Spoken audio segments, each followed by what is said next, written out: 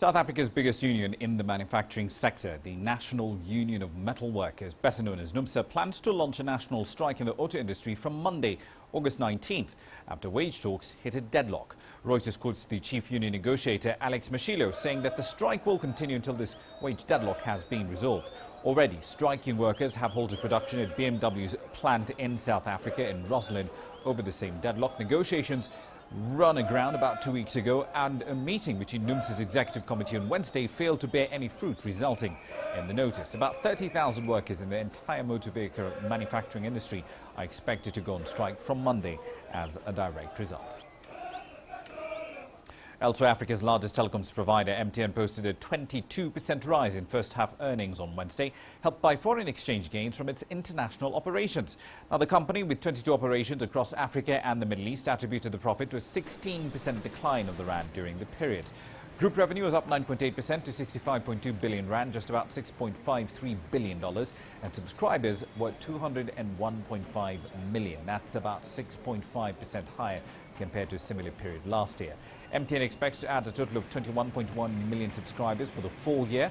Its shares are up 10.3% so far this year. That's broadly in line with the top 40 index in South Africa. Over in East Africa, Kenyan reinsurer, the Kenya Reinsurance Corporation, said earlier on Wednesday that it would be ready to compensate insurers over the fire that rocked Nairobi's main airport, the Jomo Kenyatta International Airport, last week Wednesday.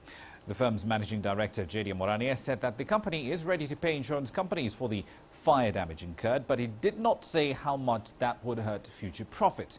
He spoke while releasing the company's half-year profits, which indicated a growth of 13% to $18 million, supported by a 20% rise in gross premiums. Last week's early morning blaze gutted JKIA's Arrivals building, forcing sub-Saharan Africa's fourth busiest airport to close temporarily and causing quite a few delays and generating an enormous backlog of costs for airlines right across the region. And the World Bank has identified job creation as an absolutely key requirement if the Ugandan economy is to report its continued growth.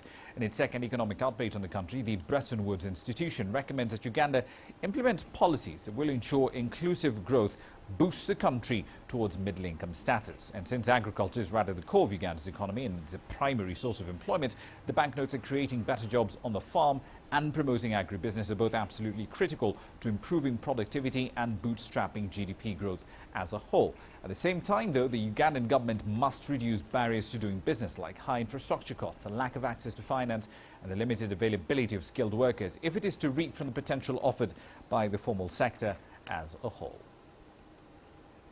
Right, quick run through the markets now, as you're just about to see. The reaction from the markets in Egypt is to the events that we have seen in the last couple of minutes, of course, is fairly stark. Let's start in Nigeria, however. The all-share index in the red, down by just under 0.6. The all-share index in South Africa up by 0.23, still hovering around record territory. The 20-share index in the Kenyan capital also up by about 1/10. And as I mentioned earlier, the Egyptian market in the red, down by about 0.5 percentage point. We'll be keeping tabs on these numbers and much more for you, and we'll have an update at 1700 GMT. Right now, though, on to the sports with Beatrice.